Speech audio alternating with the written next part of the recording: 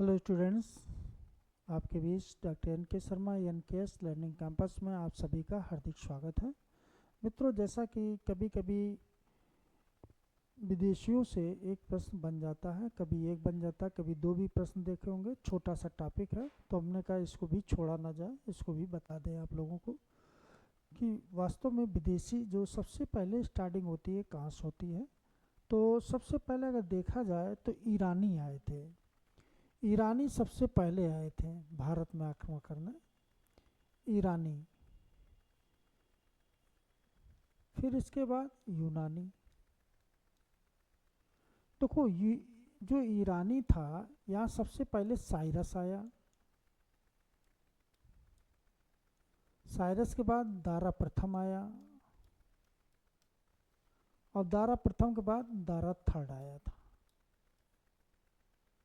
Dara third. ठीक। यूनानी की बात करेंगे तो सिकंदर, सिकंदर। तो सिकंदर वास्तव में एक महान शासक था। इसके विषय में तो आप लोग जानते होंगे। और इसके पिता का नाम, इसके पिता का नाम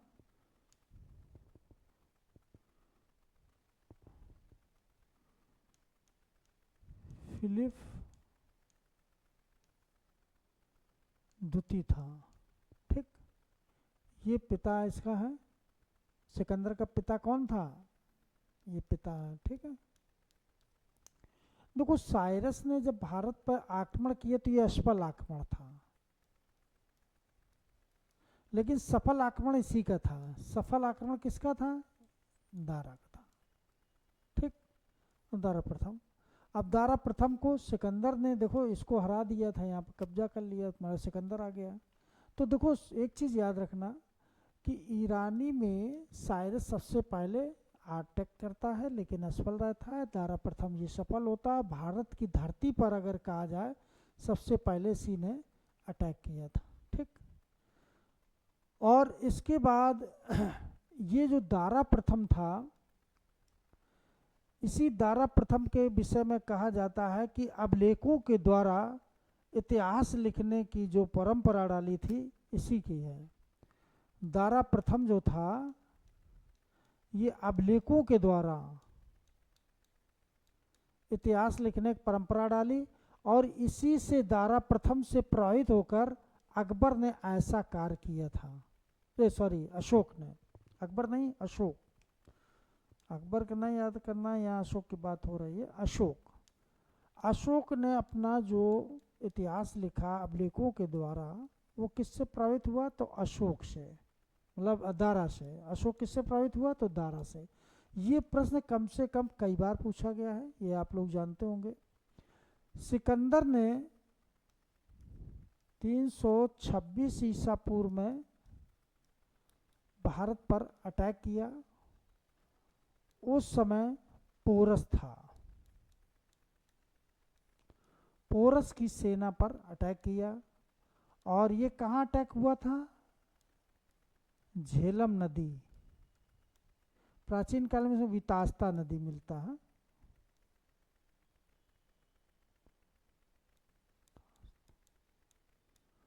वितास्ता नदी, वितास्ता यानी कि झेलम नदी। ठीक है।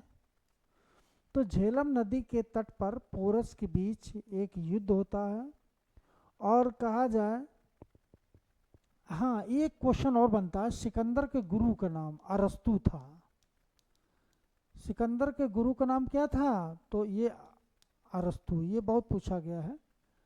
तो वास्तव में सिकंदर एक महान शासक था जिसने पोरस को झेलम यानी कि वितास्ता नदी के तट पर निर्णायक युद्ध। अब एक चीज़ और याद रखना कि निर्णायक युद्ध क्या होते हैं कि एक समय सीमा होती है, यानी कि एक निर्णायक युद्ध ये होता है कि ये घेरा होता है, यहीं पर एक तरफ अपनी ए सेना ला रहा है, एक तरफ बी सेना ला रहा है, और एक टाइम फिक्स होता है। यहाँ पर जो टाइम है ये फिक्स है कि आप अपनी सेना लेकर आइए, हम अपनी सेना, जो जीतेगा वही राज्य करेगा। तो वास्तव में प्राचीन काल में अगर देखा जाए निर्णायक युद्ध कौन था, तो पोरस के बीच और सिकंदर के बीच युद्ध होता है, जिसमें कि सिकंदर ने पोरस को पराजित कर देता है, यानी कि पोरस सेना पराजित हो जाती है। और इसके बाद बंदी बनाकर जिस समय पोरस सिकंदर के समकक्ष प्रस्तुत किया जाता है, तब सिकंदर पोरस से ये पूछता है कि बोलो अब तुम्हारे साथ क्या किया जाए, मार दिया जाए या छोड़ दिया जाए। पोरस ने सिर्फ एक ही बात कही कि एक हारा हुआ राजा ये क्या अपना डिसीजन दे, भाई अब तो हम हार चुके हैं, जो एक राजा को उचित लगे वही मेरे साथ व्यवहार किया जाए।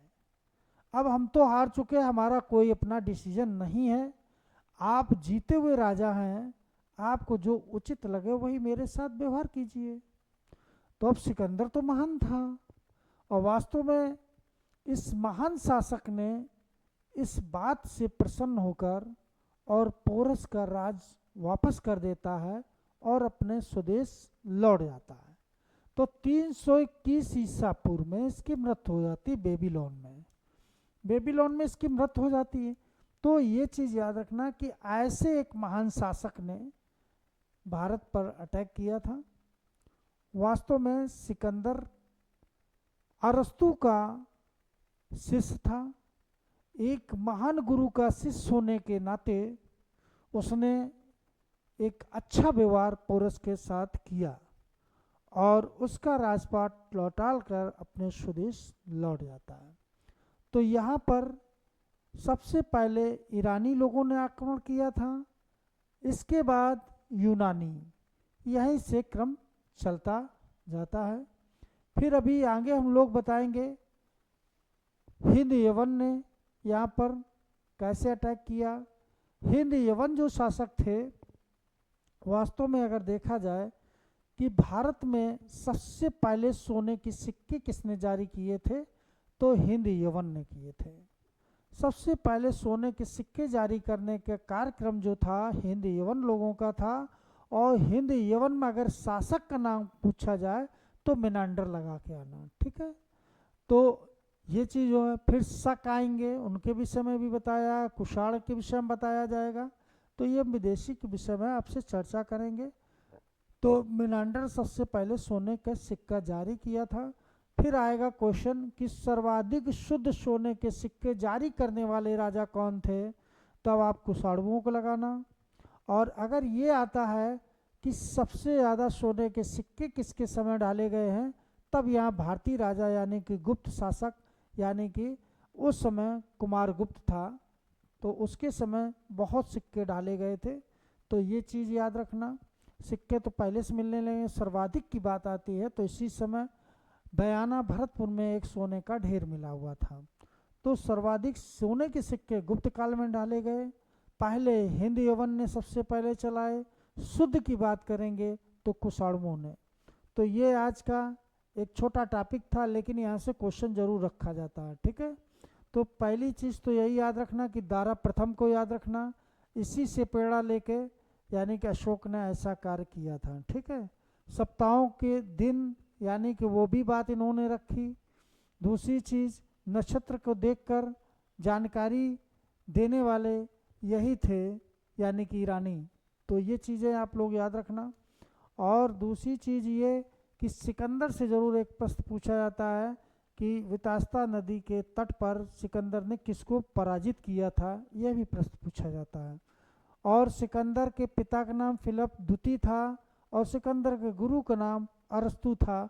इस टाइप का प्रश्न बनता है, इस वजह से छोटा टॉपिक था, हमने कहा आप लोगों को बता दिया जाए, जिससे क्वेश्चन कहीं से गलत नहीं होना चाहिए। अगला प्रश्न जब हम लोग अगला टॉपिक रहेगा तो अभी हिंद यवन है ना, शक कुषाण, इनके विषय में भी हम लोग चर्चा करेंगे। मिलते हैं हम लोग अगली क्लास में पुनः फिर।